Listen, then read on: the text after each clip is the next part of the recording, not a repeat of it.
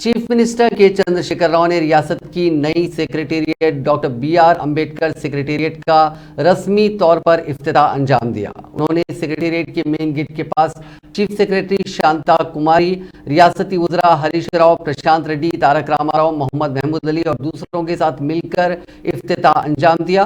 बाद अज़ान सेक्रेटेरिएट में दाखिल हुए और वहां सेक्रेटेरिएट के मुलाजिमीन के एजाज़ में मुनक़िदा तक़रीब से खिताब करते हुए चीफ मिनिस्टर ने कहा कि तेलंगाना रियासत के इंतजामी उमूर को चलाने वाले सेक्रेटेरिएट की आलीशान इमारत का वो इफ्तिताह करते हुए काफ़ी मसरत महसूस कर रहे हैं।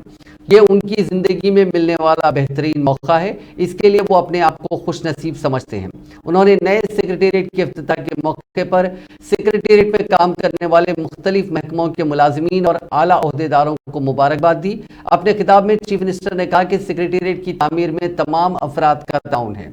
उन्होंने कहा कि एक तवील जद्दोजहद के बाद तेलंगाना रियासत की तश्कील अमल में आई थी। मुत्तहिदा रियासत आंध्र प्रदेश में तेलंगाना को हर तरह से बर्बाद कर दिया गया था। यहाँ पानी का काफ़ी मसला था, जिसकी वजह से तेलंगाना पसमानदा इलाके में तब्दील हो गया। चीफ मिनिस्टर ने कहा कि प्लानिंग कमीशन ने भी तेलंगाना की तश्कील से कबल इस बात की रिपोर्ट पेश की थी कि हैदराबाद को छोड़कर तेलंगाना के बाकी तमाम अजला इंतहाई पसमानदा हैं।